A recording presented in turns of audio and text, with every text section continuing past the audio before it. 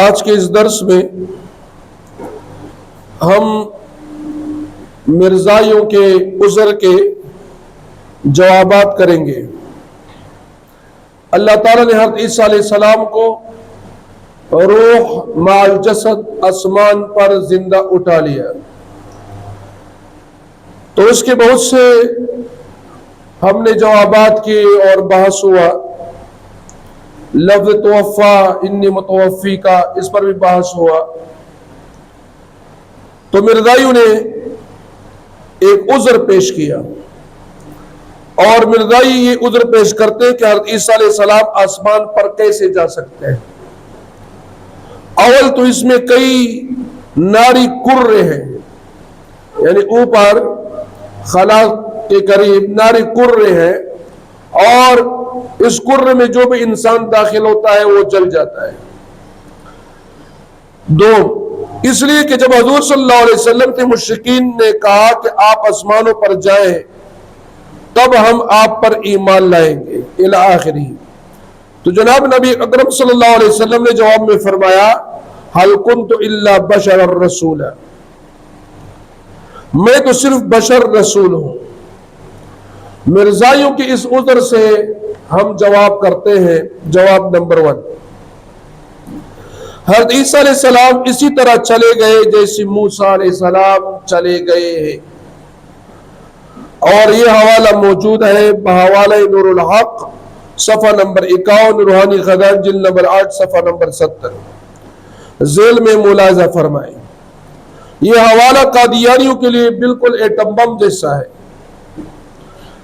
اور حوالہ موجود ہے نور الحق صفحہ نمبر 50، روحانی خزائن جلد نمبر 8 صفحہ نمبر 68 اور 69، 68 اور 69، اس پر یہ حوالہ موجود ہے۔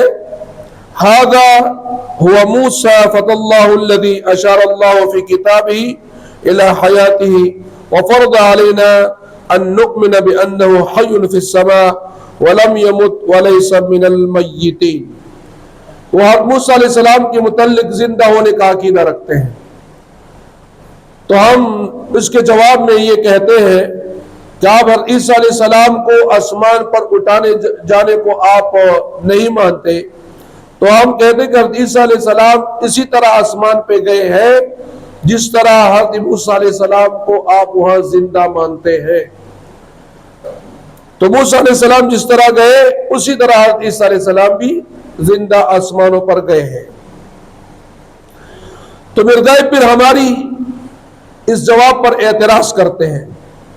ان کا اعتراض یہ ہے، مرزائی عموماً اس کے جواب میں کہتے ہیں کہ یہاں حی فی السماء سے مراد روحانی حیات ہے، یعنی وہ کہتے ہیں کہ ہماری اس کتاب میں جو حوالہ موجود ہے حی فی السماء کی، تو یہ حوالہ حی فی السماء سے مراد روحانی حیات ہے، اور آگے لم یمت سے نفی روحانی موت کی ہو رہی ہے۔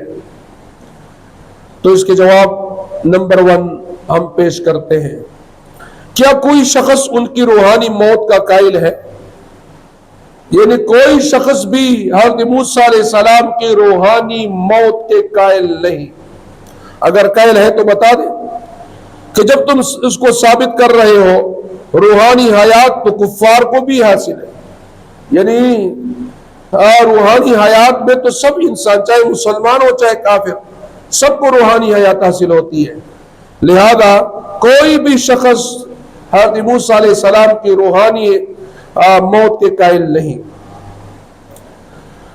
جواب نمبر 2، آگے اسی حوالے میں مرزا نے حضرت موسیٰ کلیم اللہ علیہ السلام کا حضرت عیسیٰ علیہ السلام سے تقابل کیا ہے کہ موسیٰ علیہ السلام تو بے شک زندہ ہے، مگر عیسیٰ علیہ السلام کے بارے میں ہمیں آیات سے ثبوت ملتا ہے کہ وہ فوت ہو چکے ہیں، جس طرح کہ آگے حوالہ میں مذکور ہے وَلَا تَجِدُ مِثْلَ هَذِهِ الْآيَاتِ فِي شَأْنِ عِيسَىٰ علیہ السلام۔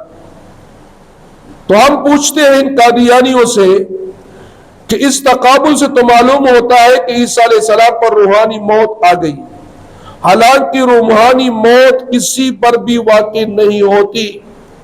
جتنے انسان مر چکے ہیں اور جو مریں گے قیامت تک، کسی انسان پر روحانی موت نہیں آتا بلکہ سب پر حقیقی موت آتا ہے۔ تو تقابل تبھی درست بن سکتا ہے کہ جب موسیٰ علیہ السلام کی جسمانی حیات مراد لی جائے، اور آپ اس کو جسمانی حیات جو ہے وہ نہیں مانتے، لہذا یہ تقابل نہیں ہو سکتا۔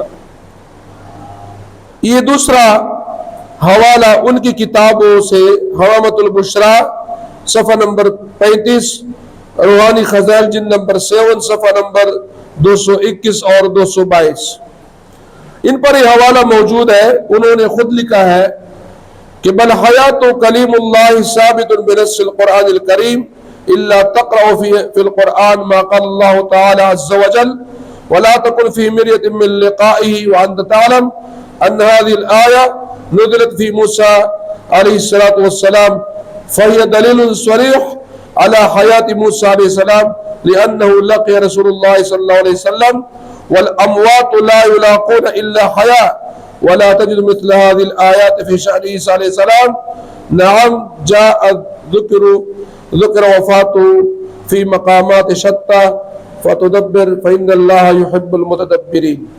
یہ حوالہ ان کی کتاب میں موجود ہے کہ وہ حضرت موسیٰ علیہ السلام کو آسمانوں پر زندہ مانتے ہیں، اور یہ کہتے ہیں کہ رسول اللہ صلی اللہ علیہ وسلم نے ان سے ملاقات کی ہے، اور ملاقات زندوں کے ساتھ ہوتی ہے، مردوں کے ساتھ نہیں ہو سکتی۔ اور کوئی آیت اسی طرح ہمیں عیسیٰ علیہ السلام کے شان کے بارے میں نہیں ملتی، لہذا وہ کہتے ہیں کہ عیسیٰ علیہ السلام وفات ہو چکا ہے۔ تو ہم اس کے جواب نمبر 2 کرتے ہیں کہ یہاں پر باز جانے کی نہیں بلکہ لے جانے کی ہے۔ حضرت عیسیٰ علیہ السلام خود نہیں گئے بلکہ اللہ تعالیٰ نے اس کو لے گیا ہے۔ ہم بھی مانتے ہیں کہ عیسیٰ علیہ السلام تو کیا کوئی نبی بھی آسمانوں پر نہیں جا سکتا۔ سوال یہ ہے کہ کیا اللہ تعالیٰ لے جا سکتے ہیں یا نہیں؟ یعنی کوئی نبی، کوئی انسان آسمانوں پر خود بخود نہیں جا سکتا۔ تو بات یہ ہے کہ اللہ تعالیٰ لے جا سکتے ہیں کہ نہیں۔ جناب نبی کریم صلی اللہ علیہ وسلم نے زیادہ سے زیادہ اس جواب میں اپنی بشریت کے اقرار میں خود جانے کی نفی کی ہے کہ میں خود نہیں گیا بلکہ اللہ تعالیٰ نے مجھے لے گیا تھا، اور معراج میں، نہ کہ اللہ تعالیٰ کے لے جانے کی۔ یعنی نبی کریم صلی اللہ علیہ وسلم نے جو فرمایا کہ هل كنت الا بشرا رسولا، اس میں اللہ کے نبی صلی اللہ علیہ وسلم نے خود جانے کی نفی کی ہے، اللہ تعالیٰ لے جانے کی نفی نہیں کی ہے۔ مطلب یہ کہ وہ فرماتے ہیں کہ میں تو خود نہیں گیا، میں تو بشر ہوں، خود نہیں جا سکتا۔ اگر میں گیا ہوں معراج میں اللہ تعالیٰ سے ملاقات کرنے، تو اللہ تعالیٰ نے مجھے لے گیا تھا۔ دوسری جگہ اللہ تعالیٰ حضور اکرم صلی اللہ علیہ وسلم کے لے جانے کا ذکر فرماتے ہیں، سبحان الذی اسری بعبدہ لیلا من المسجد الحرام الی المسجد الاقصی۔ یہاں بھی رفع میں فاعل اللہ تعالیٰ ہے، یعنی لے جانے والا اللہ تعالیٰ ہے، اور اللہ تعالیٰ اس پر قادر ہے کہ کسی پیغمبر کو، کسی انسان کو آسمانوں پر لے جائے۔ تو ان اللہ علی کل شیء قدیر، اللہ تعالیٰ اس پر قدرت رکھتا ہے۔ نبی کریم صلی اللہ علیہ وسلم کو معراج میں اپنی لامکان تک لے جانے اور ان سے ملاقات کرنے، اور اسی طرح 7 آسمانوں پر لے جانا، یہ اللہ تعالیٰ کا کام ہے، لہذا اللہ تعالیٰ اس کو لے گیا تھا۔ اسی طرح اللہ تعالیٰ نے حضرت عیسیٰ علیہ السلام کو بھی آسمانوں پر اٹھایا، روح اور جسم دونوں کے ساتھ۔ مرزائی پھر اعتراض کرتے ہیں اور کہتے ہیں کہ آیت مذکورہ میں بل جو ہے، بل یہ ابطالیہ مراد لینا بالکل غلط ہے، کیونکہ قرآن مجید کلام اللہ ہے اور اللہ تعالیٰ کے کلام میں بل ابطالیہ نہیں آ سکتا۔ تو اس کے جواب میں ہم کہتے ہیں کہ جن نحویوں نے یہ بات کہی ہے انہوں نے اس بات کی بھی تصریح کر دی ہے کہ جب اللہ تعالیٰ